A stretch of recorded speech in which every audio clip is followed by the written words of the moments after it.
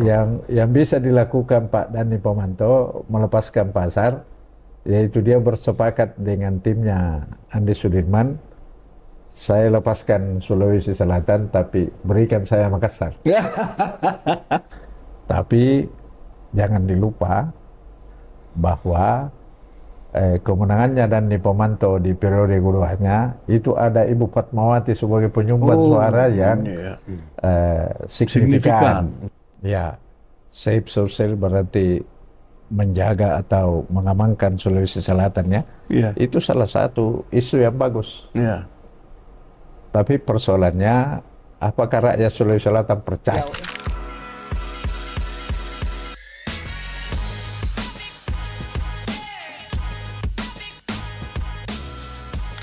Assalamualaikum warahmatullahi wabarakatuh. Salam doser, salam demokrasi. Kawan-kawan netizen, kita ketemu lagi dengan podcast Sudut Politik. Podcast Sudut Politik ini diikhtiarkan oleh doser sebagai upaya untuk ikut mendukung pelaksanaan Pilkada serentak 2024, khususnya Pilkada Sulawesi Selatan yang berjalan demokratis, berkualitas, dan tentu saja Pilkada yang damai. Pada kesempatan kali ini kita sangat beruntung karena kita kedatangan tamu istimewa. Tamu kita kali ini adalah guru besar ilmu politik dari Fakultas Ilmu Sosial Ilmu Politik Universitas Hasanuddin Makassar, yaitu Profesor Dr. Armin Arsyad, Master of Science. Tentu kita menjelang pilkada ini kita perlu mendengarkan masukan-masukan dari beliau agar kita bisa menyambut pilkada dengan sukacita, dengan gembira, dan tentu pilkada yang damai. Baik, mari kita sapa Prof. Armin Arsyad. Apa kabar Pak Prof? Alhamdulillah, kabar baik. Assalamualaikum warahmatullahi wabarakatuh. Waalaikumsalam warahmatullahi wabarakatuh. Sehat ya Pak Prof? Alhamdulillah. Gimana Pak Prof, menjelang pilkada ini apakah banyak diwawancarai teman-teman jurnalis juga terkait pelaksanaan pilkada dan sebagainya? Banyak, podcast juga banyak. Apalagi ini tidak hanya pilgub ya, tidak hanya pilgub Sulsel, tapi mungkin dari pilkada 24 kabupaten kota juga ya. Pilkada kabupaten kota yang melaksanakan pilkada, banyak yang mewawancarai. Gitu ya Pak Prof. Bertanya hal-hal mengenai perkembangan politik kontemporer. Siap. Oke, mungkin barangkali sebagai awal Pak Prof, sebagai pembuka mungkin saya sampaikan dulu kepada kawan-kawan netizen supaya punya gambaran dulu bahwa Pilgub Sulawesi Selatan kali ini diikuti oleh dua pasangan calon, yaitu paslon 01 yaitu Pak Ramdan Dhani Pomanto. Beliau adalah petahana wali kota Makassar 2 periode, yang berpasangan dengan Pak Azhar Arsyad. Beliau adalah Ketua DPW PKB Sulawesi Selatan.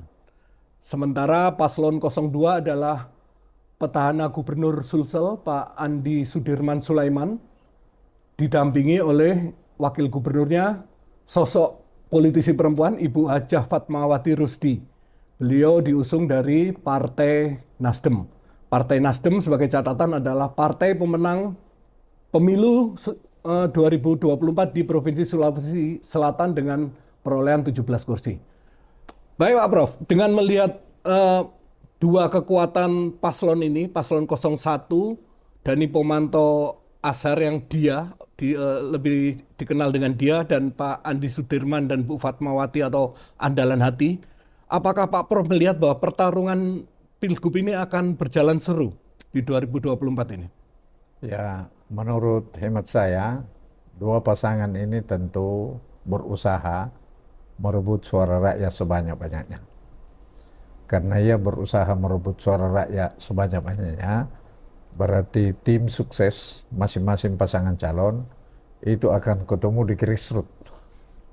Dia akan ketemu di grassroots yang tentu saja dalam pertemuan itu bisa saja muncul gesekan-gesekan dalam pertarungan kepentingan itu, tetapi kalau masing-masing tim sukses menyadari bahwa dia hanya ditugaskan mempengaruhi para pemilih untuk memilih calon yang dia unggulkan, tidak perlu berkonflik atau melanggar aturan di dalam upaya mempengaruhi, saya kira pelaksanaan pilkada langsung ini akan berjalan damai.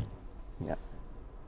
Oleh karena itu, salah satu hal yang item yang diutamakan dalam demokrasi sebagai prasyaratnya itu adalah rule of the game, yaitu menghargai dan menjunjung tinggi aturan main. Karena itu, masing-masing tim sukses pasangan calon harus menjunjung tinggi aturan main, termasuk para pendukung, sehingga meskipun berbeda pilihan, tidak harus bergesekan, tidak harus berkonflik di dalam masyarakat. Karena itu, salah satu yang kedua itu harus bertoleransi terhadap perbedaan. Ya. Di mana masing-masing tim sukses pasangan calon, masing-masing pendukung yang berbeda harus bertoleransi bahwa pilihan mereka harus dihargai dan pilihan kami saya harus jaga dan kami harus berusaha memaksimalkan sehingga jumlahnya yang terbanyak. Siap. Tetapi toleransi terhadap perbedaan itu harus juga dijunjung tinggi sehingga perbedaan itu tidak melahirkan potensi konflik yang dapat mencederai jalannya pemilihan umum secara langsung. Siap, Pak Prof. Pemilihan kepala daerah secara langsung. Itu yang kedua. Dan yang ketiga itu prasyarat demokrasi itu equality, harus menjunjung tinggi persamaan. Bahwa persamaan di dalam masyarakat itu setiap pemilih itu harus dihargai, memiliki kedudukan yang sama dengan siapa saja. Siap. Orang kaya sama suaranya orang miskin, orang pintar sama suaranya orang bodoh. Dan karena itu harus saling menghargai dan menganggap sama. Oke, baik Pak Prof. Kalau melihat dua paslon, artinya di sini ada 4 sosok yang muncul di Pilgub Sulawesi Selatan 2024. Apakah Pak Prof melihat bahwa 4 figur yang muncul ini memang sudah level untuk menjadi pemimpin Sulawesi Selatan? Ya, paling tidak itu menurut penilaian partai. Sebagai Karena pengusung, ya. kalau menurut saya, idealnya itu partai mempersembahkan calon yang the best. Ya. Sehingga siapapun yang terpilih, kalau misalnya 2 orang tapi dua pasang itu adalah yang the best, maka siapapun yang terpilih itulah yang the best, yang akan mempersembahkan pemerintahan, pembangunan dan layanan yang terbaik untuk rakyat. Ya. Karena itu ini partai katakanlah telah mempersembahkan 2 pasangan calon ini. Ya. Yang menurut partai itulah yang terbaik.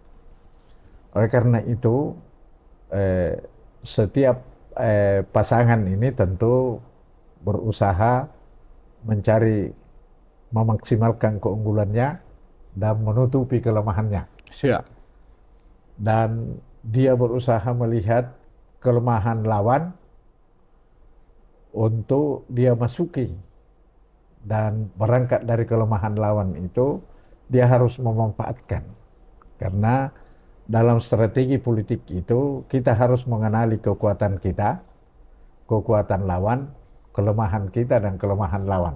Siap, Pak Prof. Ya. Kekuatan kita itu digunakan untuk memperoleh, meraup dukungan sebanyak-banyaknya. Kelemahan kita harus dieliminir sekecil-kecilnya, dan kelemahan lawan harus ditembus bagaimanapun caranya, sehingga pemilih itu berubah dari tidak mendukung kita menjadi mendukung kita. Karena itu dalam teori strategi politik itu ada 4 cara menurut Peter Soder. 1, mempertahankan pasar. 2, memperluas pasar.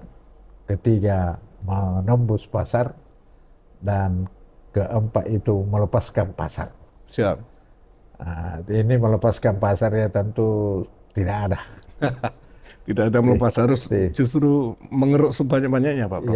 Yang bisa dilakukan Pak Dhani Pomanto melepaskan pasar, yaitu dia bersepakat dengan timnya Andi Sudirman saya lepaskan Sulawesi Selatan, tapi berikan saya Makassar. Karena saya lihat Pak Dani Pomanto itu mendorong juga istrinya untuk melanjutkan visi misinya, meneruskan kebaikan. Iya, iya, iya. Ya. Iya. Artinya Nah, Pak itu, Prof melihat Pak Dhani lebih baik fokus saja di Makassar.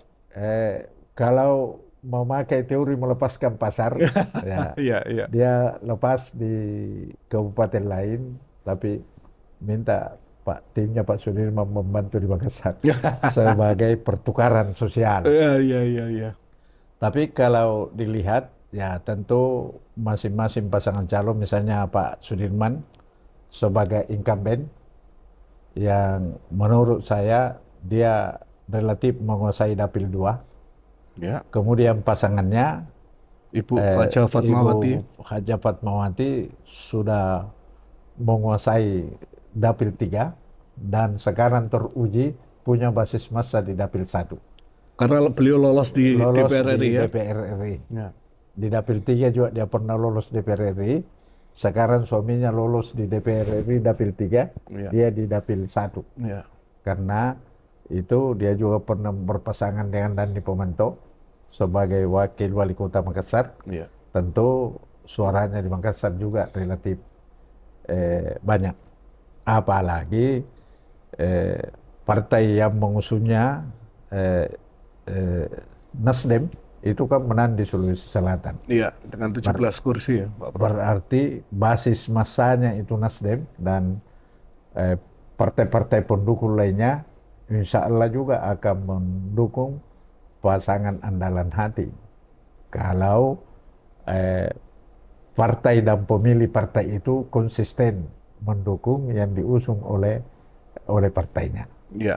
Karena bagaimanapun juga partai-partai pendukung itu bukan mendukung saja, tetapi tentu akan dimanfaatkan oleh pasangan andalan hati maupun pasangan dia untuk memanfaatkan masing-masing partai dan jaringannya untuk meraup suara sebanyak-banyaknya di dalam pilkada Gubernur Sulawesi Selatan yang tidak lama lagi digelar. Ya, oke, siap. Ini Pak Prof, berdasarkan survei yang paling akhir kan dari Skrip Survei Indonesia bahwa pasangan 02 Andi Sudirman Haja Fatmawati ini kan sudah 65% suara. Kemudian dia paslon 01 16%. Artinya berdasarkan pernyataan Pak Prof tadi tentang dukungan partai politik dan sebagainya, yang tentu 02 lebih diunggulkan, apakah hasil survei ini mendekati fakta-fakta politiknya, Pak Prof? Ya, kalau menurut hemat saya, kalau survei itu sangat dipengaruhi oleh teknik penarikan sampel. Oke. Kalau teknik penarikan sampelnya benar dan hasilnya 65-16, itu sudah menjadi gambaran umum, gambaran bagi para pemilih bahwa yang menang itu adalah yang mendapat suara 65%. Karena kalau representatif berarti dia mewakili populasi. Ya. Dia mewakili populasi yang berarti 65% itu menunjukkan 65% yang telah memilih pasangan 02, sedangkan pasangan 01 memilih 16, berarti masih ada berapa? 65, 27. 62 ya, masih undecided voter. 20-an. 17. 17 ya. Masih ada 17%. Kalau 17% itu kan yang ragu-ragu. Ya. Kalau yang ragu-ragu itu dia akan mengikuti pada siapa yang memiliki mainstream yang sangat kuat. Oh, melihat dukungannya mayoritas, Ya, kira-kira seperti itu, Pak karena Prof. orang yang ragu-ragu itu wait and see. Dia menunggu di mana arus kencang bertiup, disitulah dia berdiri. Nah, karena itu siapa yang merebut opini publik bahwa inilah yang akan menang, yang ragu-ragu itu akan lari ke situ. Ya. Akan lari karena dia tidak mau pilihannya itu berisiko, yaitu menjatuhkan pilihan pada orang yang kalah. Iya. Siap Pak Prof. Ya. Nah, ini Pak Prof, berdasarkan masih survei SSI tadi ya, terlepas dari benar nggaknya cara ngambil samplingnya, pasangan 01 atau dia itu hanya menang di Kota Makassar, Pak Prof. Ya, mungkin karena cagupnya adalah petahana 2 periode. 50%, sementara paslon 02 35%. Nah, apakah kemungkinan hasil survei itu nantinya akan seperti itu, melihat kekuatan misalnya di situ ada Nasdem yang ternyata juga pemenang di pemilu Makassar ya. Bagaimana Pak Prof melihat itu bahwa yang 50% Makassar itu? Saya kira kalau Pak Dani Pomanto menang di Makassar itu bisa toleransi, bisa dimaklumi karena bagaimanapun juga Pak Dani Pomanto ini bangun tidur di Makassar. Dia memperhatikan betul Makassar sudah selama kurang lebih 10 tahun. Iya. Sehingga kedekatan hatinya dengan para pemilih di Makassar itu tidak dapat dihindari. Masyarakat pemilih Makassar berdasarkan survei dia menang, berarti memang Pak Dani Pomanto banyak yang menyukai di Kota Makassar. Tapi jangan dilupa bahwa kemenangannya Dani Pomanto di periode keduanya itu ada Ibu Fatmawati sebagai penyumbang suara yang signifikan. Apalagi Nasdem pada saat itu menjadi pemenang di Kota Makassar. Bahkan sekarang di Sulawesi Selatan. Sebagai pemenang di Kota Makassar, ya tentu orang-orangnya Nasdem ini akan bekerja untuk Ibu Fatma. Dalam ini berpasangan dengan Andi Sudirman. Jadi kalau ada 35%, berarti masih ada 50% yang diperebutkan. Dan kalau tim ini masing-masing merebut lagi, ya katakanlah 50-50 diambil, berarti pasangan nomor 2 dapat 40 dan pasangan nomor 1 dapat 60. Kalau di luar kabupaten, di luar Kota Makassar umumnya dimenangkan oleh pasangan andalan hati, berarti secara agregat andalan hati insya Allah yang akan memenangkan pilkada Sulawesi Selatan yang akan datang. Kalau survei-survei ini sesuai dengan sampel, teknik penarikan sampelnya benar. Artinya memang, tapi sepertinya Pak Prof, karena Makassar ini kan ibu kota provinsi dan pasti akan lebih dilihat orang, artinya pertarungan pilgub sendiri di Kota Makassar tentu akan sangat seru ini Pak Prof, antara 01 dan 02 ini. Ini kan ada sejarah waktu Syahrul Yassin Limpo bersaing dengan Ilham Arif Sirajuddin. Itu kan Ilham Arif Sirajuddin menang di Makassar karena dia memang wali kota 2 periode, seperti Dani Pomanto. Itu. Tapi di kabupaten lain kan banyak menang Pak Sarul, sehingga secara keseluruhan Pak Sarul yang memenangkan pertarungan. Jadi sejarah telah mencatat bahwa memang petahana di Kota Makassar bisa menang ya. Sudah ada contoh. Dan contoh, apalagi ini survei menunjukkannya bahwa Dani Pomanto dapat dukungan 50%, sedangkan pasangan andalan hati hanya 35%.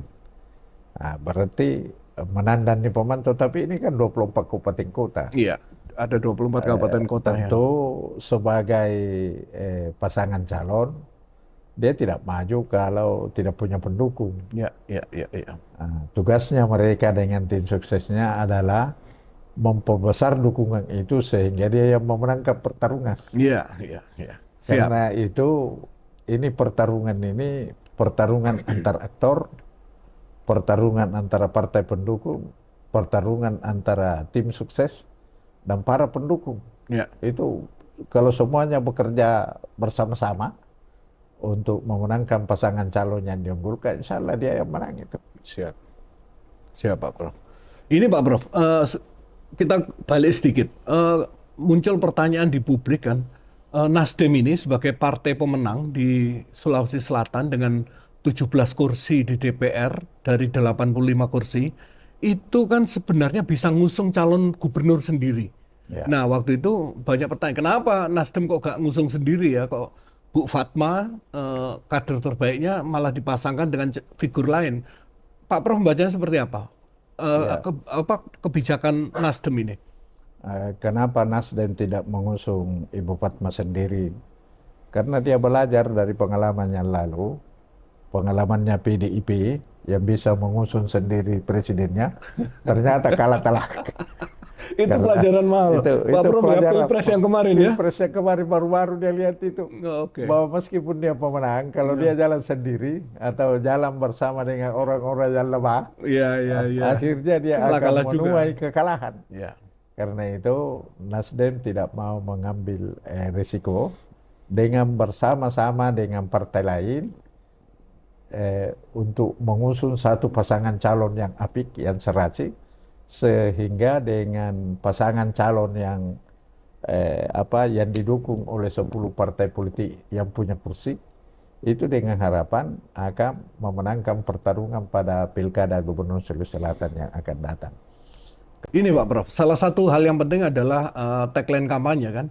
Bagaimana Pak Prof menilai tagline itu sendiri? Misalnya 01 dengan Save Sulsel, bagaimana Pak Prof melihat itu? Ya, Save Sulsel berarti menjaga atau mengamankan Sulawesi Selatan ya. Iya. Itu salah satu isu yang bagus. Iya. Tapi persoalannya, apakah rakyat Sulawesi Selatan percaya? Gitu Pak Prof ya? Karena yang sangat penting itu kepercayaan. Apakah masyarakat Sulawesi Selatan percaya? Karena tentu harus dilihat bagaimana rekam jejaknya orang yang berjanji itu. Oh, ya. Ya, misalnya Pak Dani Pemantau sudah berkuasa di Makassar. Apakah selama 2 periode Makassar sudah safe? Apa artinya tidak safe Pak Prof? Nah, kalau masih banyak yang merasa tidak safe, pasti masyarakat pemilih Makassar mengatakan, saya saja belum safe. Makassar saja yang Anda pimpin belum safe, Anda mau memperluas ke Sulawesi Selatan misalnya. Iya, iya, iya. Nah, tergantung Iya, iya, iya. kepercayaan masyarakat. Itulah sebabnya Rasulullah itu sebelum diangkat oleh Allah sebagai Khalifatul fil ard, sebagai pemimpin umat Islam, yang pertama ditanamkan oleh Allah pada diri Muhammad itu adalah Al-Amin. Dipercaya. Orang yang terpercaya. Terpercaya, ya. Bahwa apapun yang diucapkan dan dilakukan oleh Muhammad itu tidak pernah bohong. Ya. Karena itu di awal dia menyebarkan agama Islam ketika sudah ada perintah dari Allah Subhanahu wa taala bahwa sebarkan dulu di kalangan keluargamu.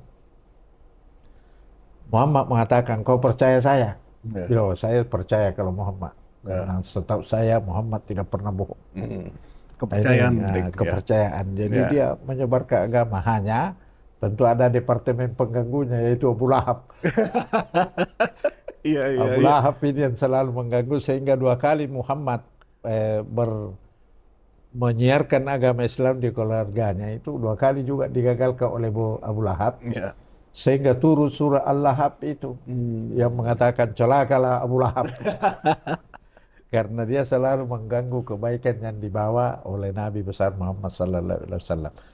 Tapi apa pelajaran yang bisa ditarik dari pilkada ini? Bahwa pemimpin yang baik itu harus mendekati sifat-sifat yang diberikan oleh Allah kepada Rasulullah. Yaitu yang pertama diberikan oleh Allah kepada Rasulullah itu adalah Al-Amin, jauh sebelum dia diangkat menjadi Nabi. Ya. Orang yang terpercaya dulu.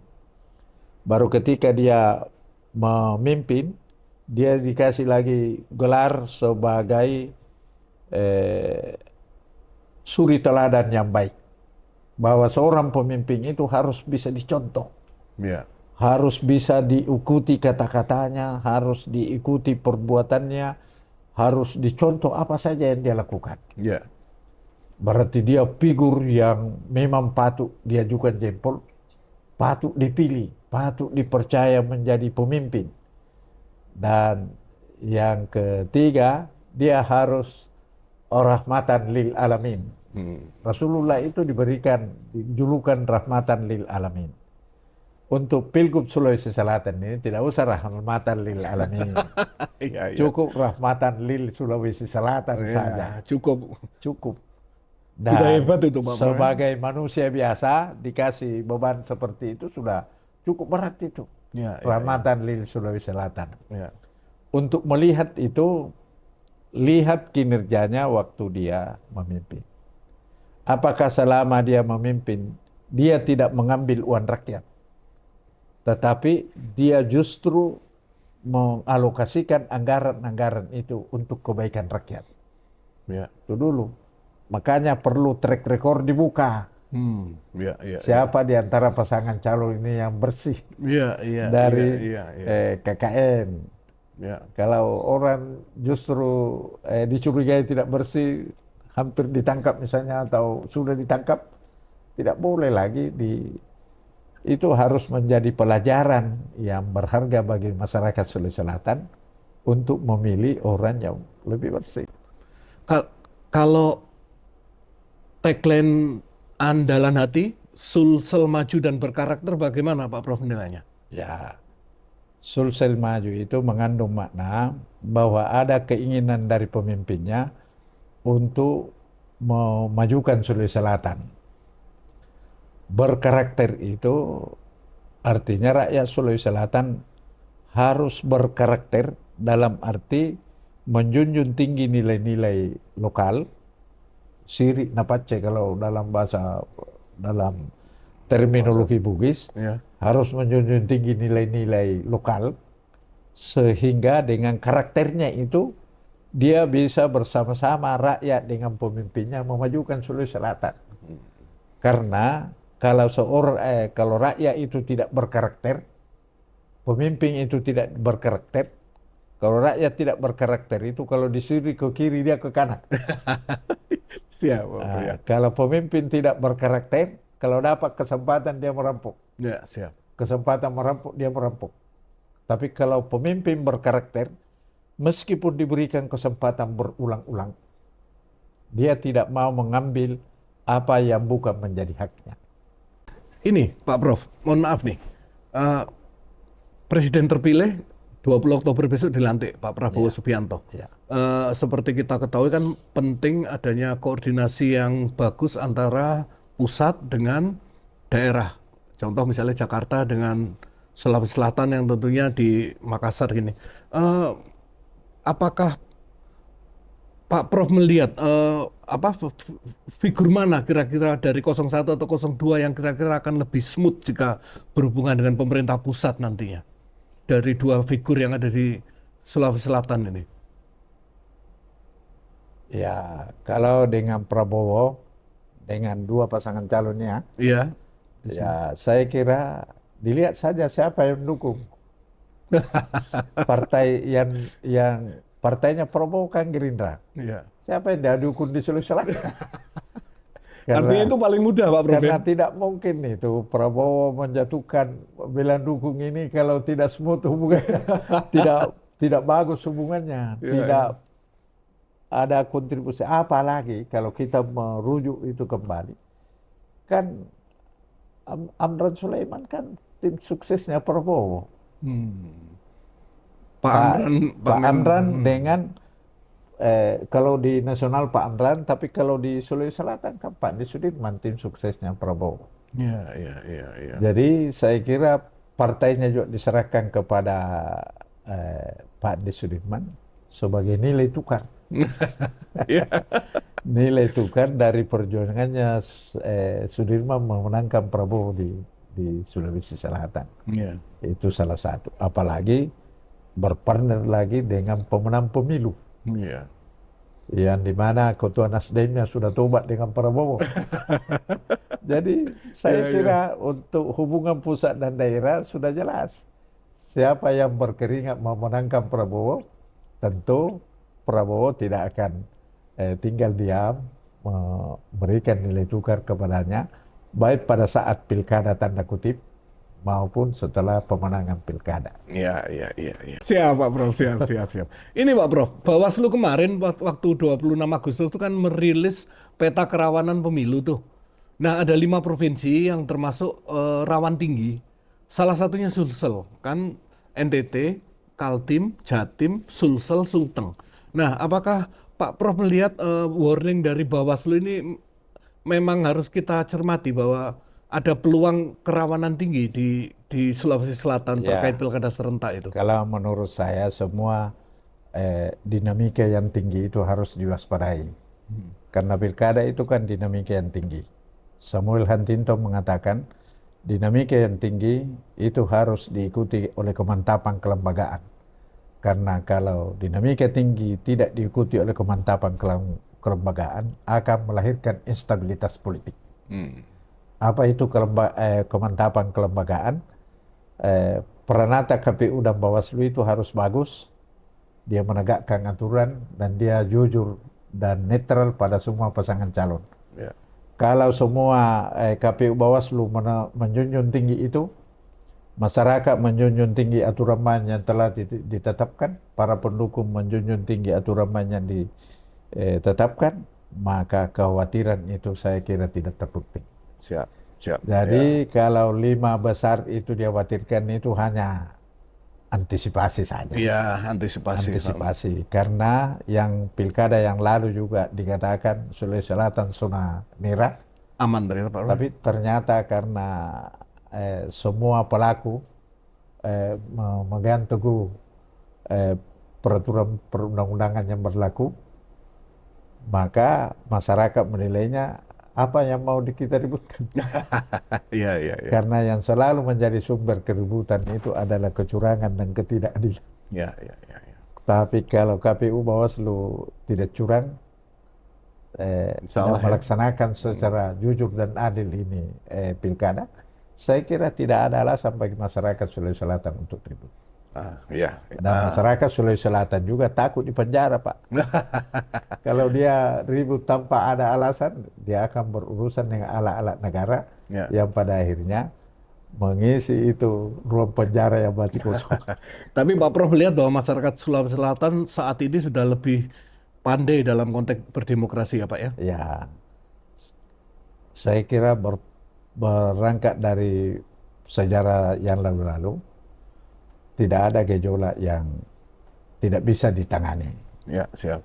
Ada misalnya satu persatu ada gejolaknya, tapi setelah diberikan penjelasan dan penanganan yang serius dari aparat pengamanan, itu bisa diatasi secara perlahan sehingga kekhawatiran bahwa Sulawesi Selatan masuk dalam zona merah itu tidak perlu terlalu kita khawatirkan, tetapi jangan juga lengah. Ya, siap. Harus selalu diwaspadai sehingga kita semua menjaga diri, jaga diri dan keluarga agar tidak terlibat di dalam kecurangan. Siap. Sehingga dapat memicu konflik atau membuktikan zona merah yang dicurigai oleh para perencana. Siap.